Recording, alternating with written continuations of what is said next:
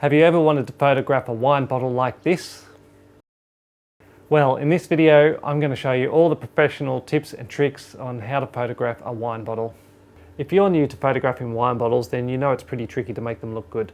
You get all kinds of reflections on wine bottles, and it's difficult to get them to go away unless you know exactly what you're doing and you have the setup to do that. And more so with a red wine bottle than a white wine bottle. A white wine bottle is quite a lot easier to photograph to get good results, but red wine bottles require you to control the light a lot more and to be able to shape the light to get a good look out of the bottle. When you're photographing wine bottles, the first thing you want to do is to give it a good clean. You want to get all the fingerprints off, make sure there's no marks on the bottle, hold it up to the light, get everything off and all the dust as well. Because particularly with a black product or a very dark product like this one, you're going to see all the dust on your photo and you don't want that. You can retouch it of course, but it's just going to take you a whole lot of extra time to do that, so you may as well get as much of it as you can off of now before you photograph it. So I'm just using a microfiber cloth to do this. It's just really a case of wiping it. You can use your breath a bit to get some of the marks off if they're not going to come off. So make sure you do sides, top, bottom, and if you're going to photograph the back as well, get the back as well. And you want to also get this part here. Now if you don't have gloves to hold it, you can hold it by the label. Just be careful that your hands are clean because you don't want to get any greasy marks or anything like that on the label. You also want to make sure that the bottle that you have, that the label is in good condition. There's no tears, no corners peeling up. Again, you can fix it in Photoshop, but if you can get one from your client, or if you can get one that's a good example without the edges peeling and the label's in good condition, it's going to make your job a whole lot easier. Next thing you'll notice about wine bottles is they all have a seam along them on two sides of the bottle. So it's two halves that are joined together when they make these. And often the seams are right at the front of the bottle where you want to photograph it. To deal with this, you either need to just get another bottle or you can quite easily Photoshop this out. So now onto the lighting setup. This is a setup that I've perfected over many years of shooting wine bottles. It's quite an easy setup once you know how to work it properly. It requires 2, sometimes 3 lights. So what I've got is I've got a plastic riser here, and I've also got a transparent table. The table, it's important not to use a white background because the white will actually reflect onto the bottle and you don't want that. You want to control the light spilling. So I've used a transparent table. You can use a sheet of glass. This is a table I've made. I've taken the top off the table and I've replaced it with Perspex or plastic. If you don't have a transparent table or a sheet of glass, you could also use some black cardboard or even dark grey here, and that'll stop the light bouncing up as much and control the reflections a lot more, so you won't get those white reflections onto the glass. Next thing you'll notice I've got here is a strip box. Now this is a bit like a regular softbox, except this one is, obviously the shape is different. So everything else about it is the same. It's silver foil inside, like this.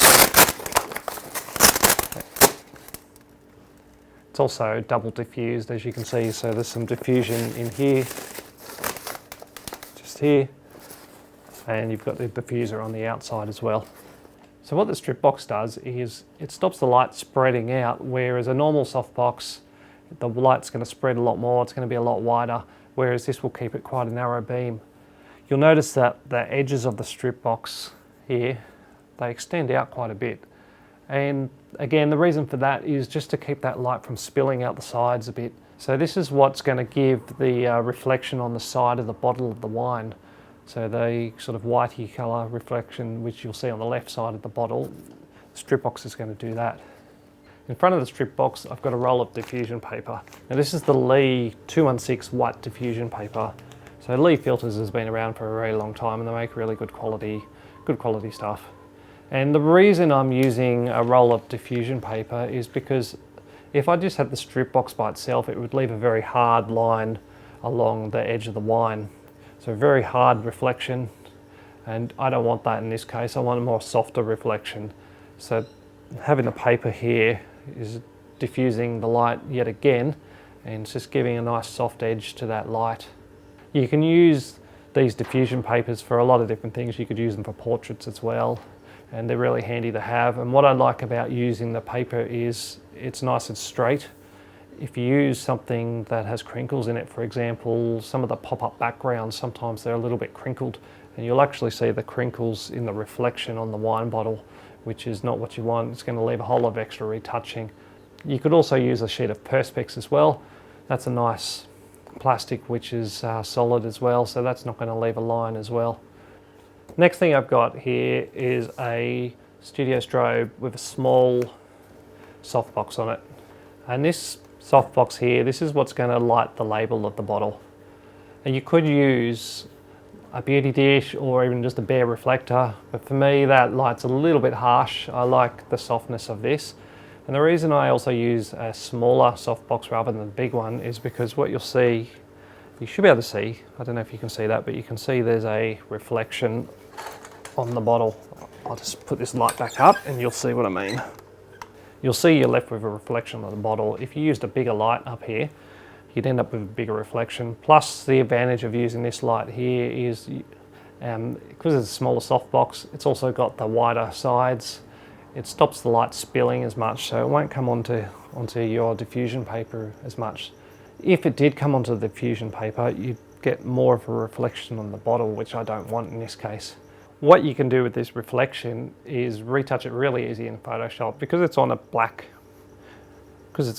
part of the wine bottle, it's very easy to retouch that. There's not really any texture to worry about, so it's pretty quick and easy. There is a workaround where you can do this in camera without needing to retouch it. What you would do in that case is you'd need a polarizer on your camera lens, and you'd also need a polarizer on your light, and you can turn the polarizers and then that would get rid of that. But this is just a far easier setup for most people, you'll find, and it's going to be cheaper too because you're not going to have to worry about buying a polarizer to do that. You can see also with the setup that I have the background here, which is a white background. That could be anything. You could use some paper, you could use a piece of foam core board, that would be fine as well. The important thing with the background is I've got these two pieces of black cardboard, and the reason that is that'll define the edge of the bottle. So you'll get these nice dark edges of the bottle. If you were to take that away, you'll end up with a lot of white reflecting on there, and you'll end up with a really soft edge. So that's going to take care of that. Where that line is also partly determined by how close and far away your bottle is. If your bottle's really close, you're more likely to see those edges of the wine bottle. So the way you deal with that is you can slowly pull your wine bottle away and you can watch the edges with your eye, and then you'll see the white edges disappear. Next thing we've got here is a frosted riser. And the reason for the riser is because I want to get the wine bottle off the table. So I don't want anything reflecting onto the wine bottle. And it also allows me to get the camera nice and level with it. And I like to hang the edge of the bottle off this riser here, so then you don't get that reflecting onto there. And it's important that you don't use a white riser here because the white is going to reflect into the bottle. And with this color here, with a transparent one or a frosted one like this, you get minimal sort of color reflecting onto, or minimal reflections onto the bottom of the bottle. You still get a little bit with this, but nowhere near what you would get if you used white, if you put it on a white background. When you're putting your bottle on your riser here, what you want to make sure too is you want to make sure that the label is really straight. And by straight, I mean that it's centered, the center is pointing towards the camera. So the way you can do that, you look through the lens, you can look at the edges of the label here where the label finishes and the bottle begins, and you'll be able to see the gap. And you want to get an even gap with the black part of the bottle or the dark part of the bottle and the edge of the label on both sides. If you've got a label that wraps around, often you'll see that the text is centered in some way. There's some element in the text that is going to be the center of the label. In this case, it's probably this text here. So you want to be using your eye to judge the distance from the center to the edge of the bottle. And you can just rotate the bottle around until you find the center. That's really important. It's all these little things that really add up to make a good picture. Okay, camera setup. I like to shoot at f/16 and I'm using a 100mm macro lens in this case. And the reason I'm shooting at f/16 is because from the distance I am from the bottle, if I shoot shallower, like f9 for example, you're going to get the label in focus, but you're going to get the top of the lid out of focus. So it's going to be a little bit soft, but f/16 should pretty much cover that. I'm shooting at 1/125th of a second, and that's a good speed to synchronize with my studio strobes, my flashes. And so that's pretty much all you need to know with the camera. The camera's on manual, of course. I'm shooting in RAW, so I can easily fix up the white balance later in post-production in Lightroom, or I can fix any highlights that are a little bit too bright. Okay, so let's get shooting. So I'm going to do the first shot here. I've already pre-set up all the lighting, so it's already looking pretty good. What I want you to be aware of is you can actually control this reflection, how far across it comes on the bottle, and also how bright it is in the middle. And you can control the brightness by controlling the power of the strip box I've got over here. You can also control how bright the spread, or how much it spreads, and how even the spread is too. If you put the strip box really close, you're going to get a sort of a gradient effect, so it's going to be brighter in the middle and then it's going to spread out. But if you move the strip box further away, you're going to more evenly light the paper, or the diffusion roll. So what it really comes down to is how even you're lighting this diffusion paper. Because what happens is the light falls off really quickly, and it's that fall off that's going to create that nice graduated gradient on the bottle. Next thing, with this light here, I've adjusted the power just so we're getting a nice light along here. I like it a little bit darker on this side than this side, and that will just give a little bit of shape to the bottle. The other thing you find about using a light like this, you tend to get little highlights on the top. You can retouch them easily if you don't like that. I'm going to show you a few different shots, what it will look like if you move the light further away.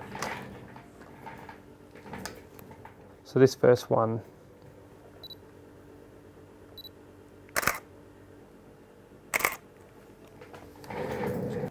move the light further away now.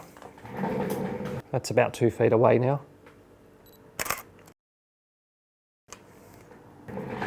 What I also do is I'm going to turn the power up just a little bit, because the further away you move the light, the quicker the light power will fall off. And it won't be as bright on the subject. What I'm also going to do, I'm just going to angle it. I'm going to put the box touching the paper.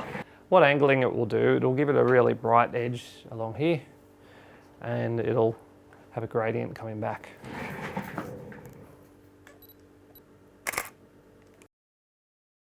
The other thing you'll notice is the position of the strip box. The further behind the bottle means your reflection is going to come further around.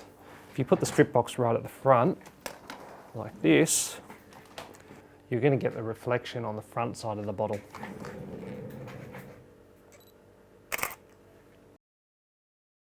And if we make the paper come out further, you're going to notice that you can even see it here, that it's come around on the bottle on the front there.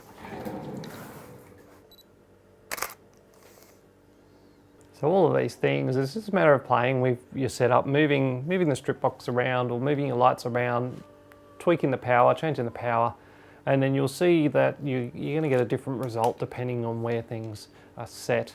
And that really all comes down to personal preference on your vision as a photographer. There's no right or wrong answer as to where you position your equipment. You don't need to measure distances and things like that unless you're really looking to have a consistent setup the same every time. There's no need for that. You just put your gear where you think it should go to start with. So you'll have a baseline, you'll start somewhere, you'll take a test shot, and then you're going to move things around based on that. And it's just move through that tweaking is where you're going to see the results different until you find the result that you like.